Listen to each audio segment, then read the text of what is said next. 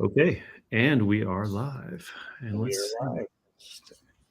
All right, looks like now, yeah, just so you know, there is a little bit of a delay here. There's usually about a 30-second delay or something like that. But we should see people starting to come in here. I'm just going to say real quick, hey, thanks for joining us, everybody. Please let us know in the comments where you're from. We'd love to know where people are watching from right now. Yeah. Got West Coast to East Coast and everywhere in between. That's right. I saw a lot of comments in the actual premiere video. I saw some people from New York, LA. I think I saw Colorado in there. I know somebody is in there from Utah, Indiana. Indiana. Yep. Pretty sure I've got at least a couple of folks from Kentucky. I'm going to assume maybe quite a bit. So, Andrew, we can't all see each other on camera, but we can see each other in the chats, right? We can, yes. So, yeah. So, everybody that you see on camera, right? We all see each other, the cast and crew that are here. Everybody that's watching this video, we can't see you obviously, but we would love to hear from you. So that's what the chat is for over on the right hand side is your chance to like communicate with us, ask us questions, let us know where you're from, let us know what you thought about it, all the fun stuff, because that's what we're here for, is to try to connect with everybody that's watching this. Hey, Chrissy from Illinois, Jay Dudley, Victoria from South Carolina. Welcome. Yeah, let's pop up. Oh yeah, and yeah, one of the perks of asking your question is I can pop it up here on the video here. It's our little way of connecting with everybody. Let's see, I got to back up here. There's my man Ruben. Fun fact: Tim Kirkman, who directed the first movie I ever worked on, was watching. So that's kind of fun to see. Awesome. I haven't talked to Tim in 15 years. That's good. Shout out to Tim. That's an incredibly small world because I just got to know Tim. So everybody, I'm Chris, the writer-director. We have Andrew here, who's a producer, and he also did the on-location sound recording. We have our star, Patrick Mitchell, who played Musa. Yeah, where is he? There he is. And then our brilliant cinematographer, Nate Spicer, who shot the film. So thank you all for being here.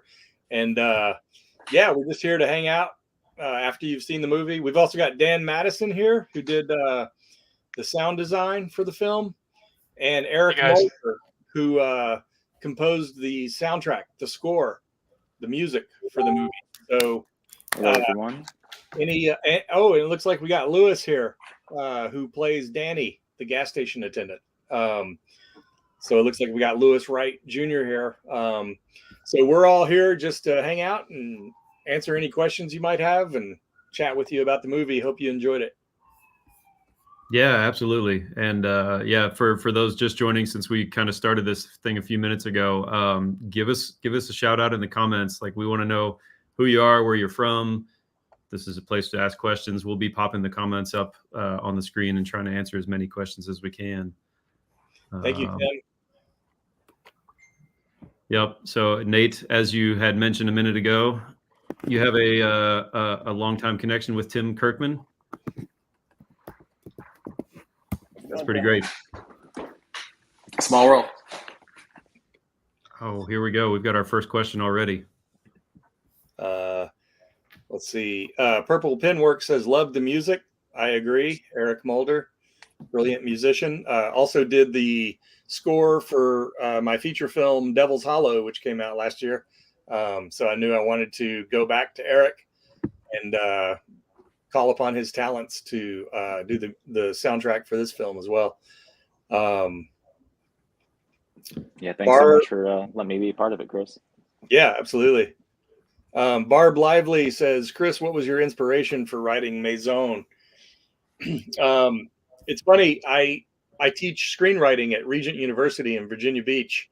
And I was teaching a writing the short film class, and I showed a 1960s black and white French film called La Jetée, and asked my students what they thought of it. And, they enjoyed it. But one student said, man, I couldn't really get into it because I don't like reading subtitles. And that kind of inspired me to think about how could I maybe make a movie that has fun with subtitles?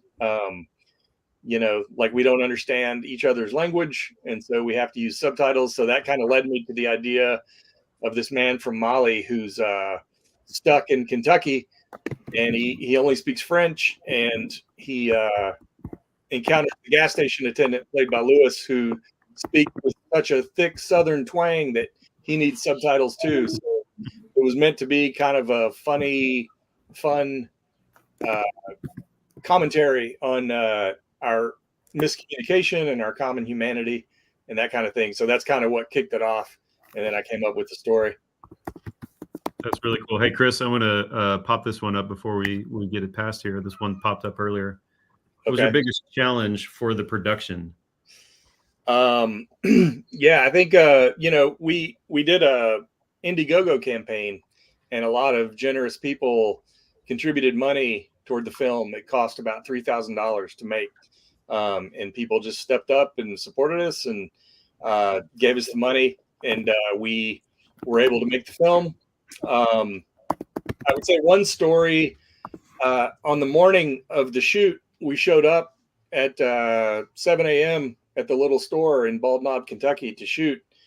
And it turned out that the owner of the property did not know that we were going to be there to film that day. And so she was upset, and she told everybody to leave the property, to get off the property. And so I got on the phone with her, and I just said a little prayer and gulped and, just said, I'm so sorry you didn't know. I would have asked your permission if you had, if you had not known. People have come in from out of state, from Indiana, from other places. We've spent money. We really need to shoot today. And then I said, we can also throw you a couple $100 for letting us shoot here today. And so she finally gave us permission to shoot there. And so that was about 7 a.m. in the morning. So we still had 12 hours to go. And I thought, man, first crisis averted, but we've still got the rest of the day to go. But thankfully it worked out, and everybody was great about allowing us to be there and to shoot it. And the location was fantastic. We didn't have to do any production design. We didn't have to dress the set because it just already looked like a little country store, which is what it is. That was a really gorgeous set. I thought the same thing. And don't forget the weather that day. It was like so cold, like snow blowing in all of a sudden, which made it into the movie a little bit, and then suddenly it was sunny again. It was windy. It was kind of crazy. Yeah, it's funny because in the script there's not snow.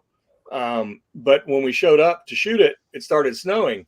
And so it actually was fortuitous. It worked out because it gave the sense of Patrick being stranded in a storm. And we had to, we shot one scene, I remember, with Patrick and Lewis toward the end when they're standing by the final scene. Yeah. Yeah. The final scene. And, we shot one angle of Patrick, and it was snowing and gray. And then we turned around to shoot Lewis, and it was sunny. And so we had to wait for the snow to come back, and then we reshot Lewis's stuff. So we were kind of racing the clock, hoping to just work with the weather. What are your thoughts about that, Nate? Do you remember that? Oh yeah, that was the hardest part. We ended up having to reshoot that's like a good, half of that scene twice, just because it was like, we got halfway through and it's like, wait a second. I think it was the other way around. I think it was sunny when we shot Lewis, and then all of a sudden it started snowing, and we're like, right. I don't remember. But it's like all of a sudden we had to go back and reshoot these angles we'd already done. Mm-hmm. And sun was going down on us. So we were starting to race the clock, and it was like, well, we've got to be, So we just had to really buckle down, and it ended up looking, beautiful, and was really nice. But really, like all the stuff, I think all the stuff at the door we had to shoot again, him walking over, we had to shoot a bunch of it over again. Mm-hmm. And because it was like, it just looked like it was two total. It looked like we shot one in the summer and one in December, like it was. So it was nuts. Well, in that final scene where Lewis closes up the store and walks out of the store, that was actually the last shot of the night. It was dark by then, but you all had put lights outside the window to make it look like late afternoon. And so originally in the script, Lewis closes the store up at night when it's dark. But we were moving relatively quickly, so we said, let's just try to shoot this out while we still have daylight. And we were able to do that, which was nice. Yep, absolutely. Let's see. Let me throw a couple more up here. Lewis, I got a quick one for you. All right. What are the chances I can get a signed replica of that sweet hat you wore?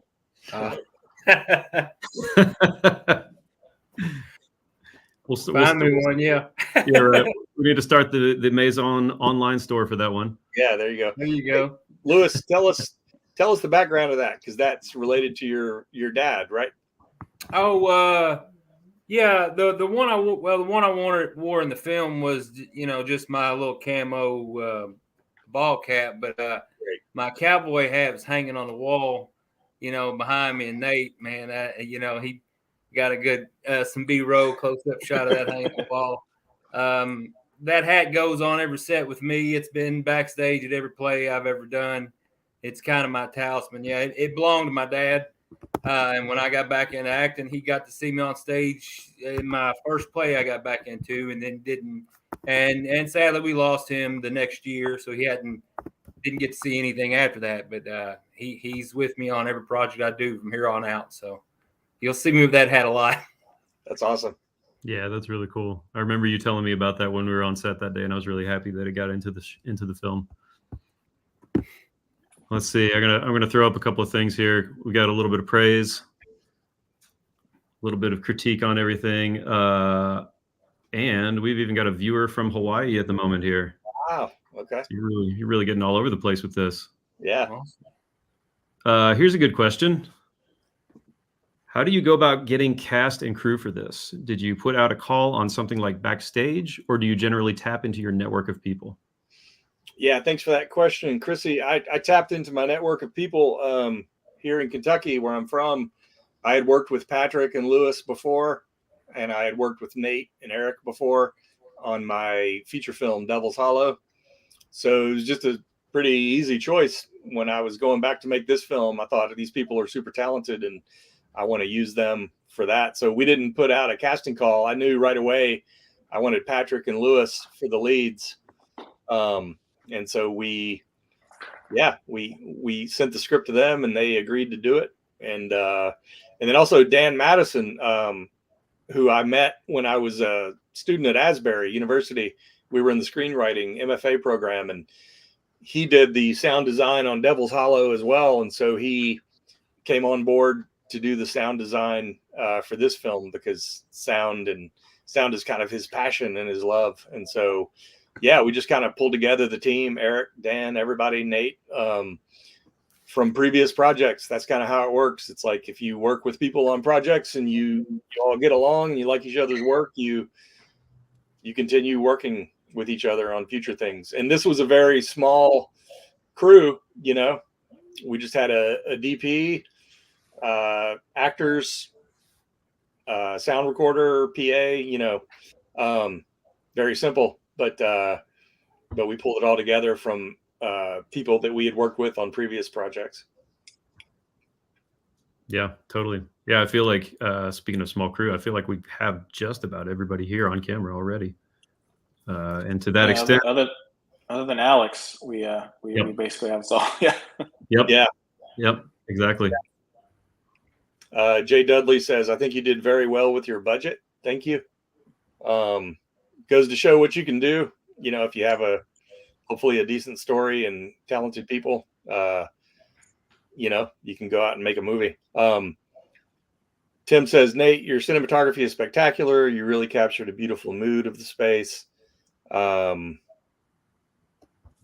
see. What cameras did you use? We shot on an Area Mira with Cook Speed Pancros. Is that your?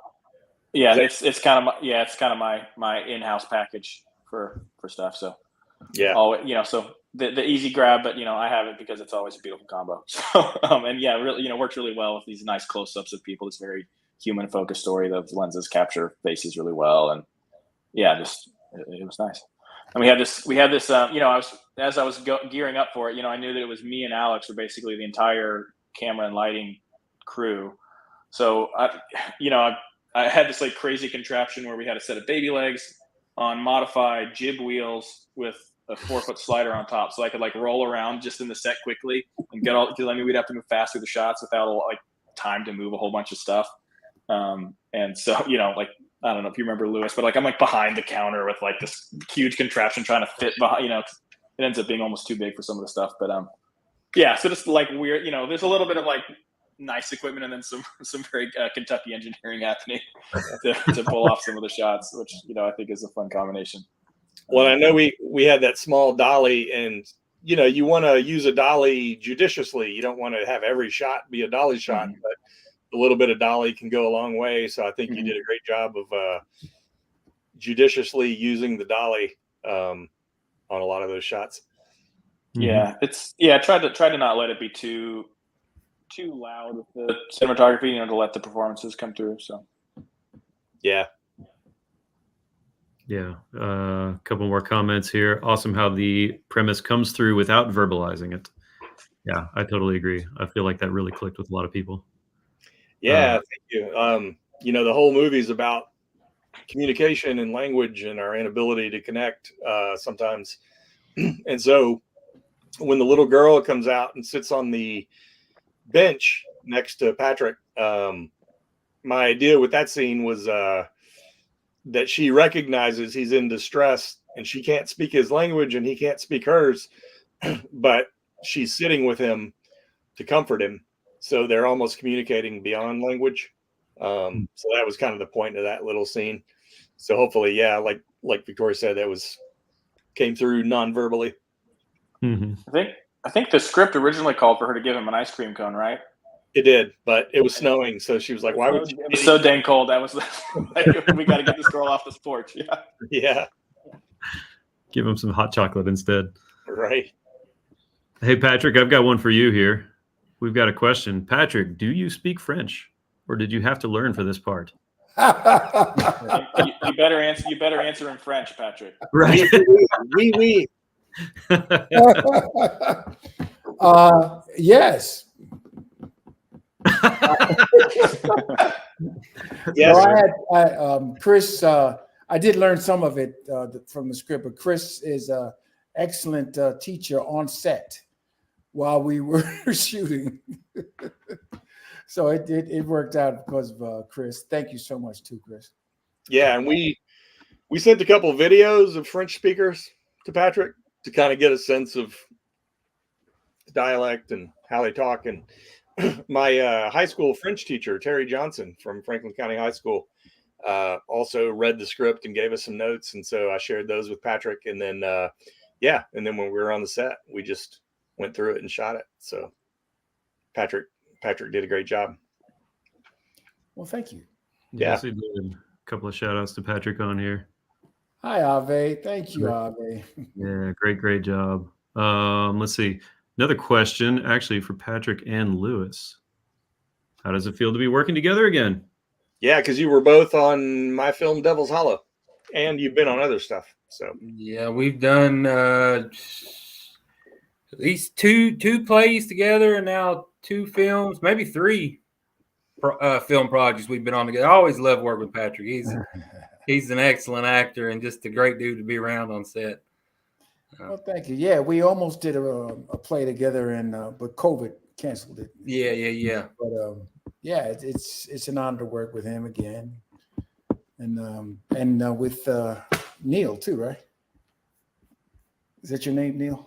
The cinematographer. What's your name? Nate. I'm getting old. I'm sorry. That's all right. Yeah. It's a good crew. Very fun crew. Let's see. Jumping over, I want to jump to Eric for a second here. We've got a comment. The music was perfect for the film. Eric, I'm just going to throw in a question here. What inspired you for this music? Sure. Well, yeah, thanks, Kanai. And Chris sent me the script and I read it and, saw that Patrick's character was from Mali. And I think the first thing I did was Google what are the common instruments that are used in that area. And I was looking at something called the kora, which is an African harp. And I kind of just filed that away and said, okay, I'll look into that. And I think the next day, Chris messaged me and said, have you ever heard of a kora? And I said, oh, yeah, I guess that's a sign. I'll use that. I think the inspiration was to just try to use instruments to represent both characters. Be that a little bit cliche, but we have 2 string instruments, one from Musa's area and one from sorry, I forgot Lewis's Danny. character's name. Danny. Okay. Yeah. One from that character's, maybe you associate the South with an acoustic guitar, and I think Chris suggested dulcimer. There's a little bit of dulcimer at the ends of the end credits music. So it just tried to use, those 2 string instruments that could blend together, representing each character's part of the world, and then they can both come together at the end in the credits there. Sort of a dueling banjos. Yeah. I have a question, actually, if that's okay. Yeah. Are you like live recording actual strings for other stuff? Is there virtual instruments? Like, what is the actual recording process? The Cora harp is a virtual instrument. I don't own one of those, but the acoustic guitar is a real guitar. Nice. So you played the acoustic guitar. I played the acoustic guitar and the dulcimer. Okay. Which, that one was a little bit difficult to get to sound good over a microphone, but I did my best. Yeah, I love it. And the kind of ambient drone toward the end, Oh yeah, the ambient drone stuff is those are acoustic guitars, but being bowed with the violin bow. Okay. And kind of stretch the audio out, add a lot of reverb. Yeah. The music really, really adds a lot. It just complements everything. And I like, Eric, your idea of, when we show Musa outside on the bench, we hear the Cora. And then when we cut to Danny inside putting the chips away, we cut to the guitar. So each of them have their own kind of soundtrack. And then it all comes together at the end. Yeah, exactly. And that kind of just happened, that happened serendipitously, and that kind of worked out just with the story thematically as I was writing stuff. Yeah. But that happens a lot. Sometimes you just do things, and then in the end, you can kind of figure out a reasoning for it. Yeah. You're like, I meant to do that. Yeah, exactly. Yeah. That's great. I'm going to shift gears a little bit. I've got 2 questions that kind of go together, so I'm going to throw both of them up there. First, from our friend Robin. Patrick, as well as I do. What are your hopes for the film? And then kind of going along with that is, if I can find it, how does a short get marketed and how can we help? So, let's talk about that. Where do we see this going? So the first question was, what was it again? What are your hopes for the film? Yeah, what are your hopes for the film? I guess as with any film, you want it to get seen by as many people as possible. I don't think you make short films to make money or get famous. You have a story to tell. And I always say, one of my students asked me, why are you making this film? And I said, because I can. And it's like, creatives create. And so if you have a story you're burning to tell, you just find a way to go tell it. And, best case scenario, it gets some attention and, helps your career, helps you get another project, another job. But I think you just, you just set out to tell a great story. And if you do that, then you stand a better chance of other good things happening. So we're, it's out on the festival circuit now. So it's been in a couple festivals and then we're waiting to hear on a few more. So we're just going to go the festival route for the next few months and try to get it into some festivals. And then we will ultimately put it up online on some websites so everybody can see it. And how does the short get marketed? That's a good question. Raleigh, thank you. And it was great meeting you in LA. It's there's not a market for short films like there is for feature films. Feature films, you can put them out there on streaming services or festivals, or if you're fortunate, get a theatrical release. Short films really traditionally have just had the festival route to kind of market those. Now you can distribute them on streaming services, on YouTube, you can, self-publish them essentially on YouTube or Vimeo or other places. But honestly, like in terms of marketing, it's just word of mouth. Like you all tonight have seen the movie, and if you liked it, you can share on social media with others, what you liked, and encourage other people to go see it. So Nice. That's really cool. I've got a fun one here. So we asked Patrick about learning French.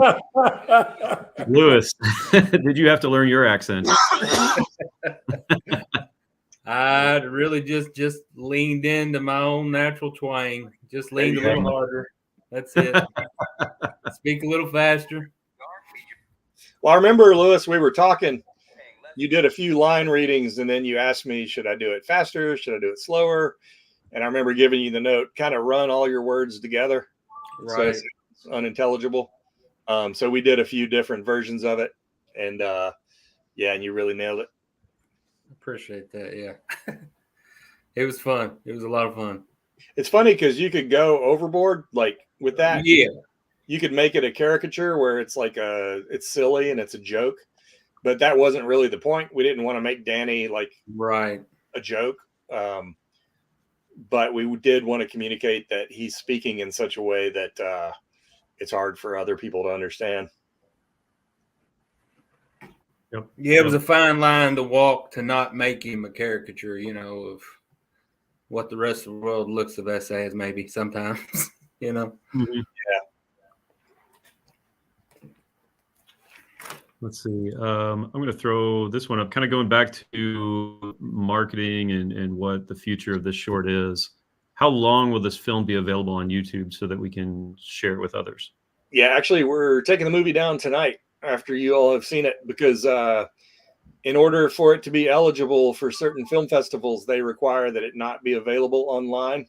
So that's why we wanted to do this one-time exclusive screening for you all tonight so we could watch it and talk about it. But it'll be down for a few months. And then once it completes its festival run, which will be toward the end of this year, we'll put it up on some websites, which we, reach out to us and we can let you know where it's available to see. But after tonight, it won't be available to see online. Yeah, and I think it's really great to be able to do this tonight. Like, I don't know about everybody else here, but I've been like itching. I've been telling people about it, and like, and they always ask me like, where can I go see it? I'm like, yeah, you just gotta wait. We're doing all the festivals right now, so sorry, you have to wait a long time. I didn't think about this. This is a great option to like get it out there right away and show the friends, and then we hide away for another few months. Yeah, and we really wanted to share it with so many of you all who have been wanting to see it and asking about it and supporting us. So glad we got to share it with you tonight. Let's see. Is it going to be at ICFF in May? I'm not sure what ICFF is. International something. Yeah, what is that, Victoria? Yeah, Victoria, let us know what that is. We might be able to look it up while we're waiting. Okay. In the meantime, Chris, do you have any other movies in the works? I have a movie that I wrote. It was adapted from a memoir from a lady in Kentucky it's a true life story of a mother and daughter who are trying to reconcile. And it's about faith and mental illness and other topics. And so I'm not directing it, but I wrote it and I'm producing it. And me and a producing partner are working together to reach out to investors to make that as a feature film. So that's kind of the next thing I have on my plate. Victoria says International Christian Film Festival in Orlando.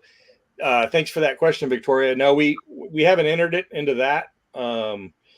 So we have a few festivals we've entered it to: Tribeca in New York, Chicago, the Oscar Michaud Film Festival. So, we have to be careful about where all we submit it because, we want to be strategic. Like you're not going to get into every festival. So you have to be strategic about where does this film fit. And also once you start submitting, the festival fees aren't always super expensive, but they add up. after you submit to 5 to 10 festivals. So we have it out to about 3 or 4 other festivals right now, but we'll keep that one on our radar. Here's one. How was, and this is going out to not only Chris, but I believe Dan and Lewis. How was the experience seeing it in California? Because I know a few of you guys went out there. Lewis took to California like a fish to water. Yeah, that was a pretty cool experience. I'd never been that far west before, and I wasn't sure how I was gonna fit in out there on the West Coast. But I mean, I was around my people, so you know, it was a really cool experience to see California for the first time and seeing something I was in on a screen out in Hollywood. You know that, and Chris, you know, showed me around a little bit. So yeah, it was a good experience. Yeah, I remember me and Dan and Lewis were driving around one day touring Hollywood, and then we pulled up at Hollywood Boulevard, and we just kicked Lewis out of the car, and he was like, he was like, "I'm good to go. I can take care of myself." So he went. Yeah. What did you think, Dan? What did you think of LA? Man, it was so much fun. I mean, just being with you guys and seeing it together was a blast. And I think also just as a sound guy, being able to hear it in a theater with full surround mix was incredible. So, and hearing everybody's reaction live, you can't buy that. That's just awesome. So I loved it.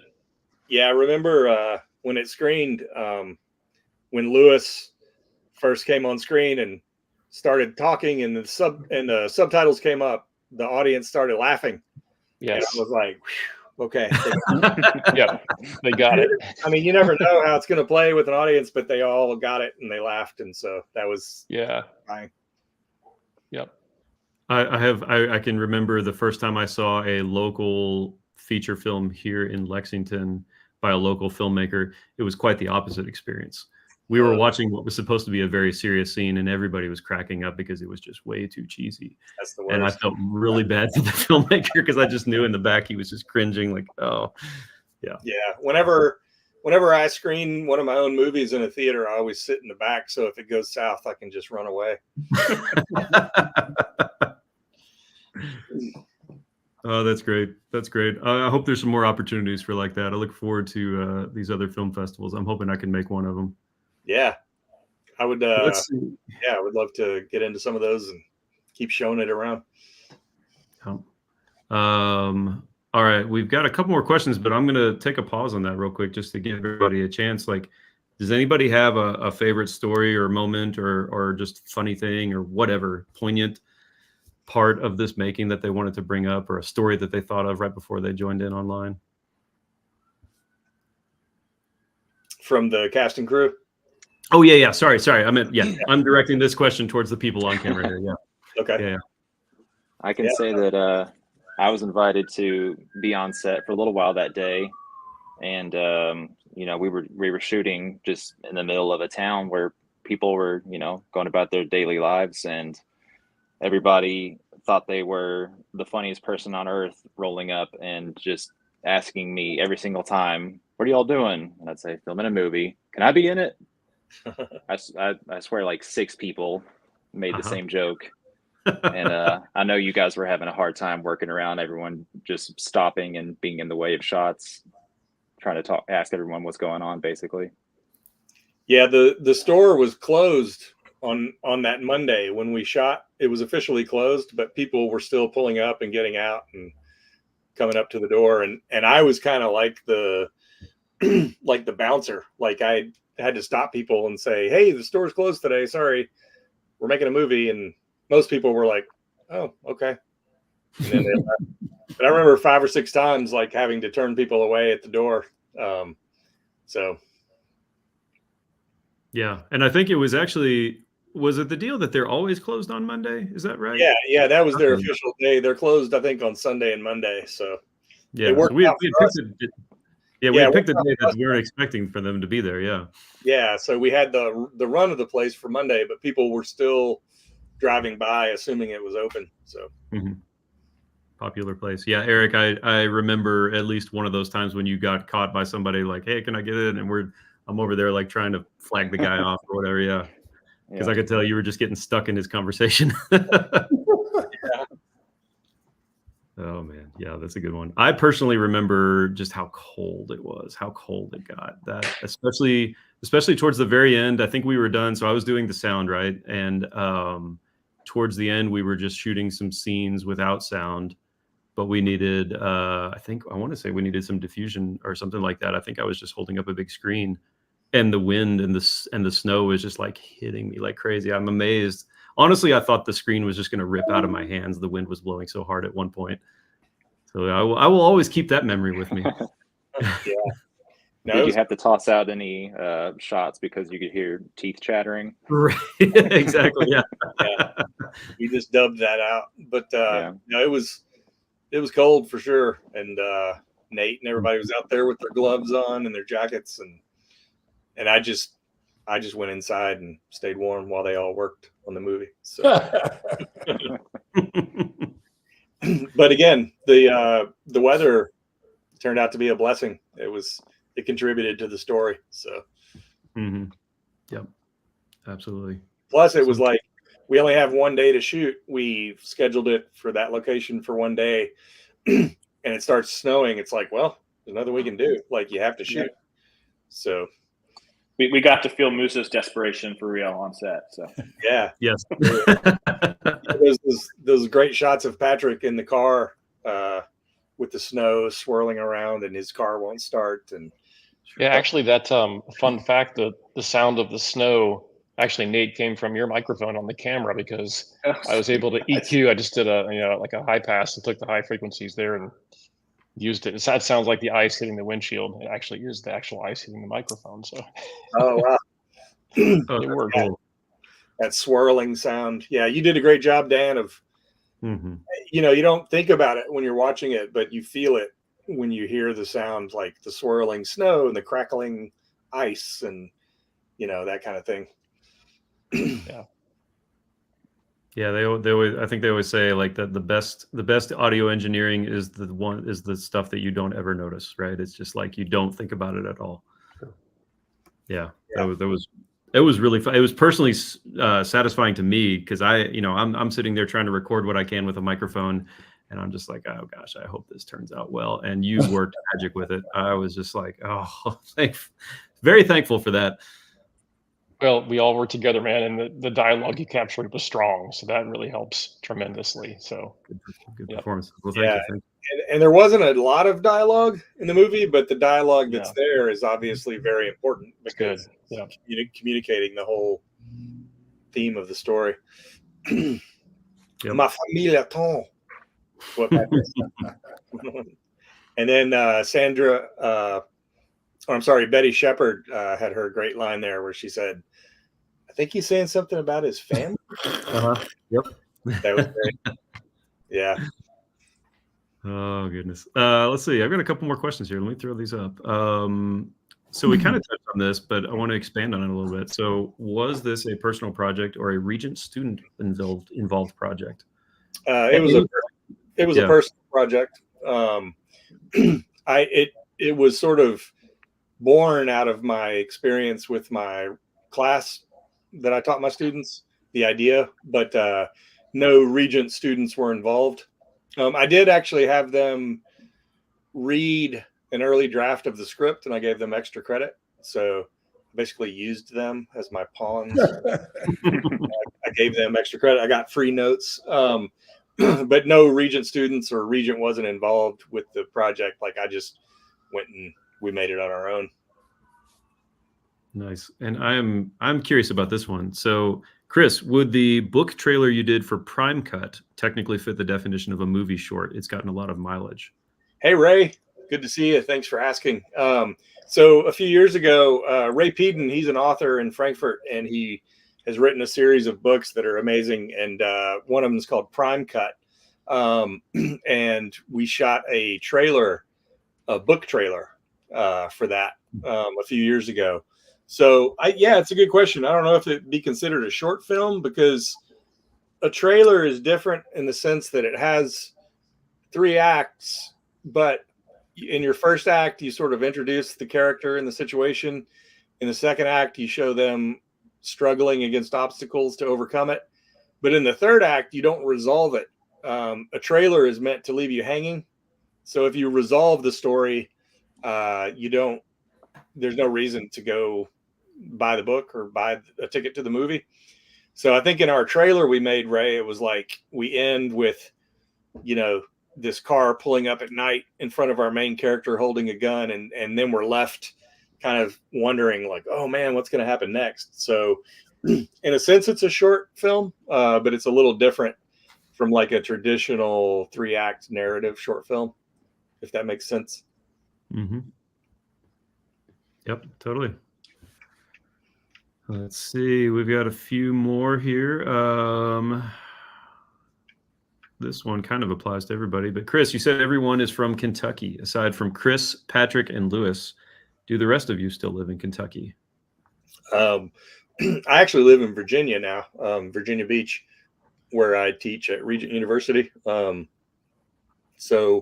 I think the rest of you are in Kentucky, right? Well, I'm originally from New York. Yeah. I wanted to make sure that was clear. Not that I don't like Kentucky, but I live in Kentucky now, and I do love it, though.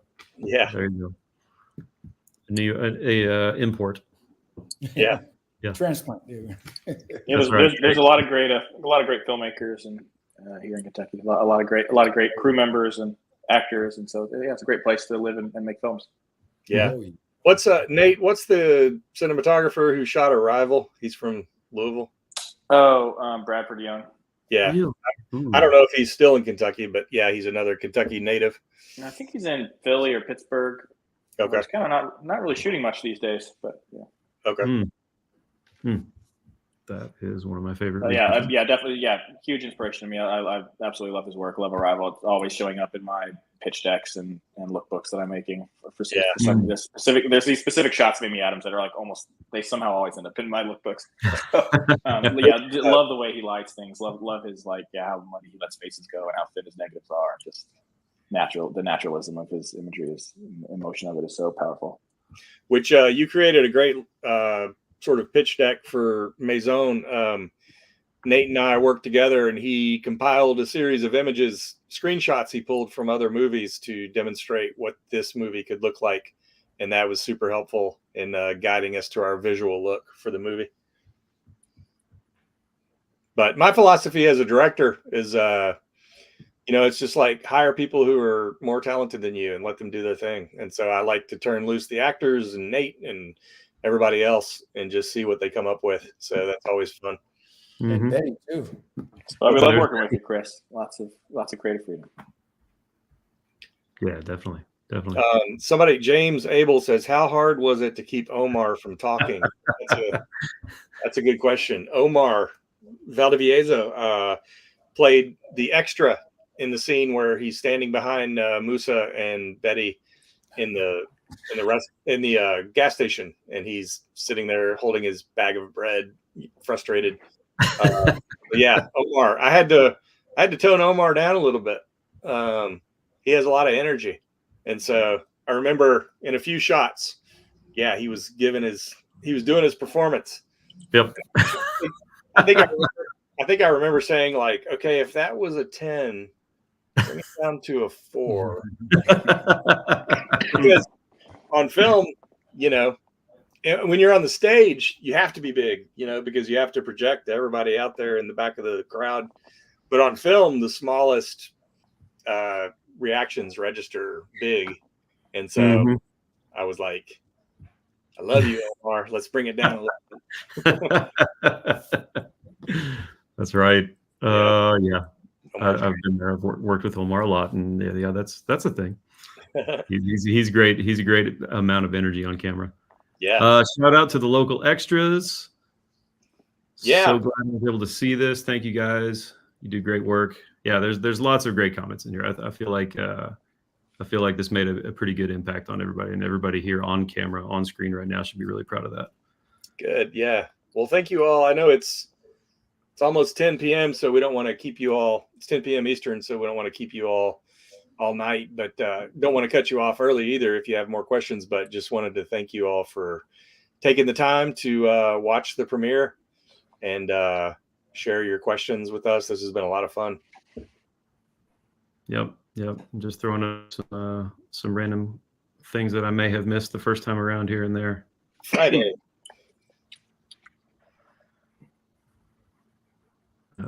Let's see.